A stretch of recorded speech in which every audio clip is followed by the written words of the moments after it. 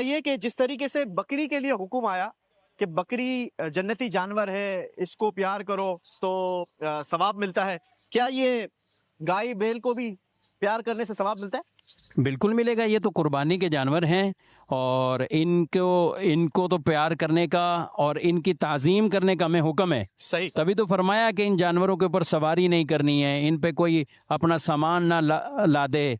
जैसे गांव देहातों में लोग जानवर मुख्तस भी करते हैं, सही है। लेकिन अगर वो साथ अगर ये काम भी लेते हैं तो ये ठीक नहीं इनसे ये मेहनत वाले काम लेना। अच्छा। यानी इनको कहें कि इनको बैठे बिठाए खिलाना है। जब कुर्बानी की नीयत कर ली उसके बाद, जब कुर्बानी की नीयत से जिसने जो है ना वो जानवर खरीदा हो, सही, तो अब उनको यही करना चाहिए कि उनसे कोई इस तरह के मनफियत भी ना लें, उनसे वो फ़ायदा भी ना लें।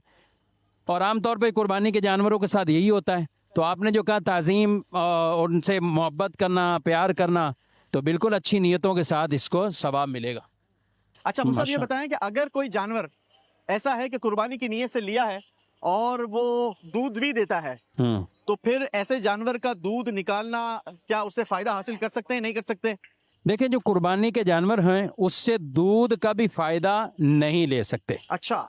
दूध भी अगर कोशिश तो यही हो कि किसी तरह उसके तनों पर पानी या कोई भी ऐसा अमल करना, यानी दूध ना आए। लेकिन अगर आ भी गया और निकाल लिया है तो खुद इस्तेमाल ना करे, सदका कर दें। अच्छा, सदका कर दे, यानी